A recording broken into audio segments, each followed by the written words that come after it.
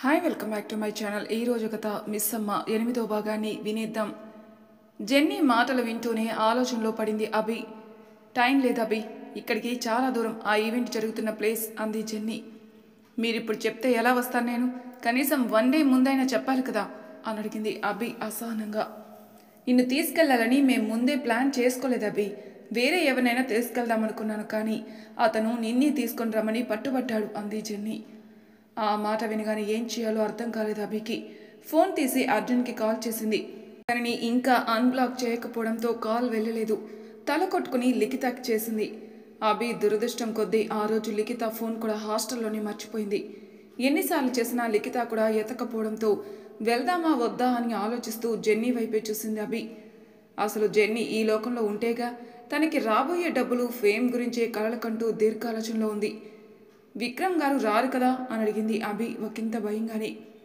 నువ్వు తనని అనుమానించాక కూడా ఎందుకు వస్తాడు? నన్ను తీసుకెళ్ళమని చెప్పాడు అంది జెన్నీ మామూలుగా. విక్రమ్ రాకపోతే తనకేం ప్రాబ్లం లేదు అనుకుంది అభి. సరే అయితే వస్తాను. ఇప్పుడే వెళ్ళిపోవాలా అని అడిగింది జెన్నీ వైపే చూస్తూ.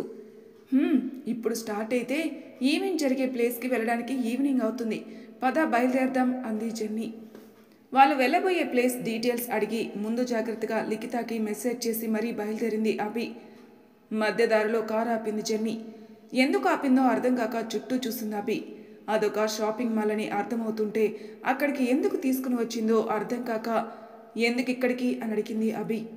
నీ డ్రెస్ చూసావా అభి? ఇంట్లో వేసుకున్న బట్టల్లో ఉన్నావు. చెప్పాగా ఇది విఐపి పార్టీ అని అంది జెన్నీ. ఈ ఒక్క కాన్సర్ట్ అయిపోతే వీళ్ళ గోల వదిలేస్తుంది అని విసుక్కుంటూనే కార్ దిగి షాపింగ్ మాల్లోకి వెళ్ళింది అభి. బ్లాక్ స్లీవ్లెస్ డ్రెస్ తీసి అభికి ఇచ్చింది జెన్నీ. అది చూడగానే కళ్ళతోనే భస్మం చేసేలా చూసింది అభి. వెంటనే దాని మీదకి డెనిమ్ జాకెట్ కూడా తీసిచ్చింది జెన్నీ. బిల్ పే చేసి అక్కడే ట్రయల్ రూమ్లో డ్రెస్ మార్చుకుని వచ్చింది. మళ్ళీ కారులో కూర్చున్న దగ్గర నుండి అభికి నెగిటివ్ వైబ్సే స్టార్ట్ అవుతుంటే కంటిన్యూస్గా అర్జున్ నెంబర్కి కాల్ చేస్తూనే ఉంది అభి. ఓరకంట అభిని గమనిస్తూనే కారు వేగం పెంచింది జెన్నీ. లాంగ్ జర్నీ అవడంతో జెన్నీతో మాట్లాడే ఇంట్రెస్ట్ లేక పడుకుండిపోయింది అభి. అభి ఇక్కడే లే అంది జెన్నీ భుజం మీద తడుతూ. అదొక ఫామ్ హౌస్ అని అర్థమవుతుంటే చుట్టూ చూసి డెకరేషన్ ఏమీ లేకపోవడం. ఇదేనా అని అడిగింది అభి. హా అంది జెన్నీ. మరేంటి, ఇదేం ఫంక్షన్ అవుతున్న ఇల్లులాగా లేదే, దానికి తోడు అసలు చుట్టుపక్కల మనుషులు కూడా లేరే అని అడిగింది అభి చుట్టూ చూస్తూ. ముందు ఈ విక్రమ్ గారిని తన్నాలి. ఈ అమ్మాయికి అన్నీ డౌట్లే. నేనేం సమాధానం చెప్పాలి దేవుడా అని తల కొట్టుకుని. ప్రైవేట్ పార్టీ అభి ఇది అని అంది జెన్నీ విసుగ్గా. అయినా ప్రైవేట్ పార్టీస్లో పాడేంత పెద్ద బ్యాండ్ మనది కాదు కదా అంది అభి అనుమానంగా. అసలేంటి అభి నీ ఉద్దేశం? నిన్ను నమ్మేద్దాం అనుకుంటున్నావా అని కోపంగా అడిగింది జెన్నీ. అలా అని నేను అనలేదు కదా జెన్నీ గారు, ఎవరూ లేరని అడిగాను అంతే అంది అభి. ఏదో ఒకటి పద లోపలికి అంది జెన్నీ. ఈ మినీ ఫ్రాక్ ఏంట్రా దేవుడా, మా అమ్మ చూస్తే కాళ్ళు చేతులు విరగొట్టి పడేస్తుంది. అయినా ఒప్పుకున్న పెళ్లికి వాయించక తప్పుతుందా అని అమెరికా అని ఎగురుకుంటూ వచ్చావుగా, అనుభవించు అని తిట్టుకుంటూ ఫ్రాక్ని కిందికి లాక్కుంటూ కారు దిగింది అభి. తను లోపలికి వచ్చినంత వరకు అభి కంటికి కనపడకుండా చాలా మేనేజ్ చేసి అభి ఇంట్లోకి వెళ్ళగానే డోర్ క్లోజ్ చేసి వీళ్ళ వెనకాలే వెళ్ళాడు విక్రమ్. ఇంటి నిండా ఒక్క మనిషి కూడా లేకపోవడంతో ఏంటి ఎవరూ లేరు అని అడుగుతూ వెళ్ళిపోవడానికి వెనక్కి తిరిగింది అభి. వాళ్ళకి 10 అడుగుల దూరంలో నడుస్తున్న విక్రమ్ని చూడగానే మత్తిపోయింది అభికి. ఈయనేంటి ఇక్కడ అని కోపంగా అడిగింది జెన్నీని.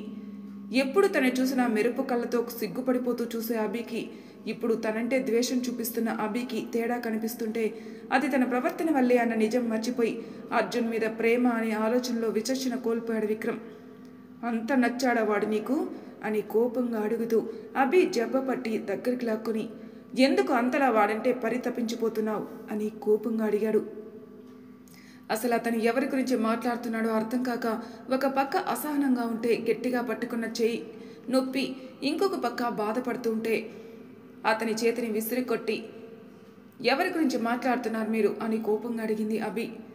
రోడ్డు మీద ముద్దు పెట్టావు కదా, అంత ఈజీగా మర్చిపోయావా వాడిని కూడా అన్నాడు విక్రమ్ వెటకారంగా. విక్రమ్ గారు ప్లీజ్ అంది అభి అసహనంగా. వెయిట్, నేను అర్జున్ గారికి ముద్దు పెట్టానని మీకెవరు చెప్పారు అని అడిగింది అభి అనుమానంగా. ఇంకెవరు చెప్తారు, అర్జునే చెప్పాడు అంది జెన్నీ. వాట్ అని విస్తుపోయింది అభి. ఈ షీ రెడీ అన్నాడు పీటర్ వేరే రూమ్ నుండి బయటకు వస్తూ. హా, she will be ready in 5 minutes అన్నాడు విక్రమ్. ఎక్కడికి రెడీ అని అడిగింది అభి అడుగులు వెనక్కి వేస్తూ. ఈ ఒక్క నైట్ కళ్ళు మూసుకో బేబీ, రేపు మార్నింగ్కి మన ఇద్దరి లైఫ్ సెట్ అన్నాడు విక్రమ్ అభి వైపే నడుస్తూ. అతని మాటలు తనకి విషయాన్ని చూచాయిగా అర్థం చేస్తుంటే పిచ్చ భయం వేసింది అభికి. ప్లీజ్ విక్రమ్ గారు అంది అభి భయంగా. డోంట్ వేస్ట్ టైం అభి, ఎంత లేట్ చేస్తే నీకే నష్టం అని తన డెనిమ్ జాకెట్ లాగేశాడు విక్రమ్. అది లాగగాని వచ్చేయడంతో కర్టన్ వెనక్కి వెళ్ళిపోయి ప్లీజ్ అంది కళ్ళ నిండా నీళ్లతో. జెన్నీ వైపు చూడగానే ఏదో బాటిల్ తెచ్చి ఇచ్చింది విక్రమ్కి.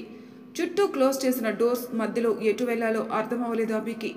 భయంగా విక్రమ్ వైపే చూస్తూ నేను మా అన్నయ్యకి చెప్పను, ప్లీజ్ నన్నేం చేయకండి, ఐ ప్రామిస్ యూ, మన ఇద్దరి మధ్య జరిగింది జరుగుతున్నది ఏది మా అన్నయ్యకి నేను చెప్పను అంది అభి.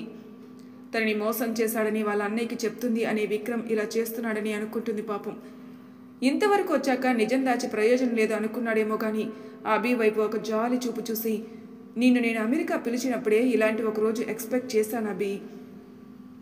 నువ్వు మీ అన్నయ్యకి ఏం చెప్పలేవు, అసలు నువ్వు నన్ను కలిసినట్టు ఒక్క ఆధారమైనా చూపించు అన్నాడు విక్రమ్. ఆ మాట వినగానే అభికి ముందు నుండి అర్జున్ చెప్పిన మాటలన్నీ రీల్ వేసినట్టు పరిచయం అవుతుంటే తన్ని కావాలనే విక్రమ్ ఇండియా నుండి రప్పించాడని అర్థమైంది అభికి. మొదటిసారిగా తన అమాయకత్వం మీద తన మూర్ఖత్వం మీద అసహ్యం ఏర్పడింది అభికి. తన ఆలోచనలన్నీ అర్జున్ సూర్య దగ్గరే ఆగిపోయాయి. తనని నమ్ముకుని భుజాల మీద నడిపించిన అన్నయ్య, తను మోసపోకుండా కంటికి రెప్పలా కాపాడుకున్న అర్జున్, ఇద్దరిని ఎన్నిసార్లు క్షమించమని మనసులోనే కోరుకుందో కూడా తెలియలేదు అభికి. తన అలా ఆలోచనలో ఉండగానే అభి చేతిని గట్టిగా పట్టుకుని లాక్కెళ్ళిపోయింది జెన్నీ. రాను అని గట్టిగా అరుస్తూ తన బలమంతా ఉపయోగించి ఉండిపోవడానికి సాయి శక్తిలా ప్రయత్నిస్తూ కాళ్ళు చేతులు రెండు భూమికి గట్టిగా ఆనించింది అభి. అభి ప్రతిఘటిస్తున్న కొద్దీ విక్రమ్లోని సహనం పూర్తిగా చచ్చిపోయి అభి గోబ మీద ఒక్కటి కొట్టాడు విక్రమ్. దెబ్బకి కళ్ళు బయలు కమ్మాయి అభికి. పెదవి చివర చిట్లి రక్తం కూడా కారుతుంటే పొద్దున్నుండి తిండి కూడా లేకపోవడంతో నీరసంగా కళ్ళు మూతలు పడిపోతున్నాయి అభికి. తనని రెక్క పట్టుకుని లాక్కెళ్ళి బెడ్ మీద విసిరు కొట్టాడు విక్రమ్. అమ్మా అని గట్టిగా అరిచింది అభి. మాట్లాడితే ఇంకా దెబ్బలు పడతాయి నీకు అని కోపంగా అరిచాడు విక్రమ్. అప్పటికే అతని విశ్వరూపం చూసిన అభి మాత్రం ఇంకేం మాట్లాడలేకపోయింది. తనని ఆ రూమ్లోనే వదిలేసి పీటర్ రాగానే బయటికి వెళ్ళిపోయాడు విక్రమ్. విక్రమ్ వాళ్ళు డోర్ వేయగానే వాళ్ళ వెనకనే వెళ్ళి డోర్ కొడుతూ ప్లీజ్ విక్రమ్ గారు డోర్ తీయండి, నాకు భయంగా ఉంది, నేను వెళ్ళిపోతాను అని గట్టిగా ఏడ్చింది అభి. తన మాటలు అర్థం కాకపోయినా ప్రవర్తన బట్టి తనకి ఇష్టం లేదని అర్థం చేసుకోవడానికి ఎక్కువసేపు పట్టలేదు పీటర్కి. అభి, అతనికి నువ్వు కూడా కోఆపరేట్ చేస్తే నీకే మంచిది, లేకపోయినా సరే జరగాల్సింది జరుగుతుంది అని సీరియస్గా చెప్పాడు విక్రమ్. ఎలా మీరు అసలు అలా మాట్లాడుతున్నారు, నేనెందుకు అలా ఒప్పుకుంటాను అని కోపంగా అడిగింది అభి. అప్పటికే అతని మాటలు తన ఆత్మాభిమానం మీద దెబ్బతీస్తుంటే నీకు వేరే ఆప్షన్ లేదు అభి అన్నాడు సూటిగా. అభికి ఏం చేయాలో అర్థం కాక మోకాల మధ్యలో తలపెట్టుకుని డోర్ దగ్గరే ఉండిపోయింది ఏడుస్తూ. రెక్క పట్టుకొని లాక్కెళ్ళి బెడ్ మీద పడేశాడు పీటర్. ప్లీజ్, నేను మీరు అనుకుంటున్న టైప్ కాదు, వదిలేయండి నన్ను అసలు మీ ఎవ్వరికీ కనిపించను అని ఏడుస్తూ అడిగింది అభి. తన భుజం మీద వేసిన చేతిని విసిరికొట్టి బెడ్ దిగి పక్కనే ఉన్న ఫోన్ తీసుకుని రూమ్లోనే వేరే వైపుకి పరిగెత్తడం మొదలుపెట్టింది అభి. తన వెనకే పీటర్ కూడా. లోపలున్న అటాచ్డ్ వాష్రూమ్లోకి పరిగెత్తి పీటర్ లోపలికి వచ్చేలోపే లోపల నుండి లాక్ పెట్టేసుకుని డోర్కి జారబడి అక్కడే కూర్చుంటుంది అభి. ఓపెన్ ది డోర్ అన్నాడు పీటర్ కోపంగా డోర్ని తన్నుతూ. మధ్యంలో ఉన్న అతన్ని ఎక్కువసేపు ఆపలేదు అని అభికి అర్థమైపోయింది. ఎలా అయినా అక్కడి నుండి తప్పించుకోవడానికి శతవిధాలా ఆలోచిస్తూ ఎదురుగా ఉన్న వెంటిలేటర్ని చూసి హ్యాండ్ షవర్తో కొట్టి గ్లాస్ పగలగొట్టేసి ఆ గ్యాప్ మధ్యలో నుండి దూరి బయటికి దూకేసింది అభి. ఆ ప్రాసెస్లోనే అభి భుజం దగ్గర గాజు పెంగు గుచ్చుకుని రక్తం కూడా కారిపోతుంటే దాన్ని పట్టించుకోకుండా ఆ ఫామ్ హౌస్ బయటికి పరిగెత్తింది అభి.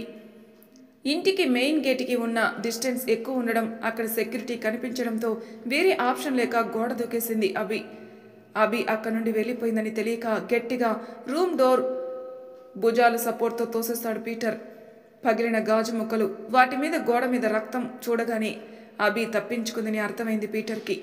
దెబ్బలు కూడా తగిలాయి కాబట్టి ఎక్కువ దూరం పరిగెత్తలేదని వెంటనే విక్రమ్ వాళ్ళ రూమ్ వైపుకు వెళ్ళాడు పీటర్. బెడ్ మీద పడుకుని తనకి రాబోయే డబ్బుల గురించి ఆలోచిస్తూ ఊహల్లో విహరిస్తుంది జెన్నీ. విక్రమ్ అక్కడే బీన్ బ్యాగ్లో కూర్చొని టీవీ చూసుకుంటున్నాడు. హే మిస్టర్ అని కోపంగా అరిచాడు పీటర్. ఆ అరుపుకి తుల్లిపడి లేచారు ఇద్దరు. అసలు పీటర్ ఇక్కడేం చేస్తున్నాడో అర్థం కాక అయోమయంగా చూశారు వాడి వైపు. తను వెళ్ళిపోయింది అని చెప్పాడు పీటర్ కోపంగా. మీకు చెప్పాను కదా, తనకిష్టం ఉండదు, మీరు ఫోర్స్ చేసినా ఏమీ అవ్వదని, మళ్ళీ ఎందుకు పంపించేశారు అని కోపంగా అడిగింది జెన్నీ. నాన్సెన్స్, తనని నేనెందుకు పంపిస్తాను, తనే తప్పించుకుంది అన్నాడు పీటర్ ఉరిమి చూస్తూ. అభి తప్పించుకుందా అని అడిగాడు విక్రమ్ ఆశ్చర్యంగా. ఇప్పుడు వాడు చెప్పింది అదే కదా, నువ్వు మళ్ళీ స్లో మోషన్లు డిటిఎస్లు సౌండ్లు అప్లై చేసినా అదే ఆన్సర్ వస్తుంది అంది జెన్నీ అసహనంగా. ఎలా తప్పించుకుంది? ఆ రూమ్ లోపల నువ్వున్నావు, బయట మేమున్నాం కదా అని అడిగాడు విక్రమ్. బాత్రూంలో వెంటిలేటర్ పగలగొట్టి దూకేసింది అన్నాడు పీటర్. వాట్ ద హెల్, అసలు తను అంత చేస్తుంటే నువ్వేం చేస్తున్నావు అని కోపంగా అడిగి, వెయిట్, ఇప్పుడు అవన్నీ పట్టించుకునే ఓపిక తీరిక రెండు నాకు లేవు. వచ్చేటప్పుడు కూడా అభి నిద్రపోయింది, సో తనకి అడ్రస్ తెలీదు, సో నాకు తెలిసి పెద్ద దూరం వెళ్ళి ఉండదు, త్వరగా వెతికితే దొరికేస్తుంది అంది జెన్నీ. పిచ్చా నీకు? ఇది అమెరికా, ఇదేం పల్లెటూరు కాదు, సినిమా అంతకంటే కాదు. నువ్వు తనని చేస్ చేయడానికి పోలీసులకు దొరికితే జైల్లో వేసి చెప్పకూడ పెడతారు అన్నాడు విక్రమ్ కోపంగా. అయితే ఏం చేద్దాం అంది జెన్నీ. ఏం చేయక్కర్లేదు, తనెక్కడికి వెళ్ళిపోదు, మహా అయితే హాస్టల్కి వెళ్తుంది, రేపు వెళ్ళినా తను అక్కడే ఉంటుంది, ఎలాగోలా తీసుకొద్దాంలే అన్నాడు విక్రమ్ ఇద్దరిని కూల్ చేస్తూ. సి మిస్టర్, నేను ముందే చెప్పాను ఐ వాంట్ హర్ అని, నువ్వేం చేస్తావో నాకు అనవసరం, మీకు వారం రోజులు టైం ఇస్తున్నాను, మీరు తనని తీసుకొని రాకపోతే మీ మీద నా దగ్గర డబ్బులు తీసుకున్నారని ఫ్రాడ్ కేసు వేసేస్తాను అని సీరియస్గా చెప్పాడు పీటర్. అతను అమెరికన్ సిటిజన్ కాబట్టి అతని కేసు వేస్తే దాని తీవ్రత వాళ్ళకి తెలుసు కాబట్టి ఒక్కసారి భయం వేసింది జెన్నీకి విక్రమ్కి. లేదు, మేం చూసుకుంటాం అని చెప్పాడు విక్రమ్. గోడ దూకేసింది కానీ ఎక్కడికి వెళ్ళాలో అర్థం కాలేదు అభికి. తన ముద్దు నిద్రకి తిట్టుకుంటూ వెలుతురు వస్తున్న వైపుగా నడిచింది అభి.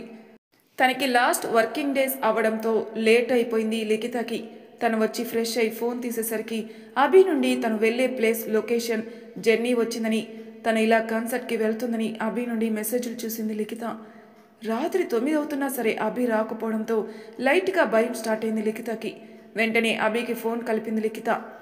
లిఖిత నుండి ఫోన్ రాగానే ఎత్తి బోరున ఏడ్చేసింది అభి. అభి ఏడుస్తుంటే ఏం చేయాలో అర్థం కాలేదు లిఖితకి. అభి బంగారం, ఏమైంది, ఎందుకు ఏడుస్తున్నావు అని గాబరాగా అడిగింది లిఖిత. అభి నోరు మెదపకుండా ఏడుస్తుంటే, సరే అది వదిలే, ఎక్కడున్నావో చెప్పు, నేను వస్తాను అంది లిఖిత. నాకు తెలియడం లేదు, ఇదంతా సిటీ అవుట్స్కర్ట్స్లా ఉంది, నాకు భయంగా ఉంది అంది అభి. భయం ఎందుకు, నేను వచ్చేస్తాను కదా, నువ్వు నాకు లైవ్ లొకేషన్ పెట్టు అంది లిఖిత. వెంటనే వాట్సాప్లో లైవ్ లొకేషన్ షేర్ చేసింది అభి. అది సిటీకి బాగా దూరంగా ఉన్న ప్లేస్. చూస్తుంటే వెంటనే తన ఫ్రెండ్స్కి ఫోన్ చేసి అభిని అర్జెంటుగా అక్కడి నుండి తీసుకెళ్ళమని చెప్పింది లిఖిత. వాళ్ళు అక్కడికి దగ్గరలోనే ఒక కాఫీ షాప్ పేరు చెప్పి అందులో అభిని ఉండమని వాళ్ళ ఫ్రెండ్కి కూడా అదే లొకేషన్ షేర్ చేసి తను కూడా అటువైపు వెళ్ళడానికి బయలుదేరింది లిఖిత.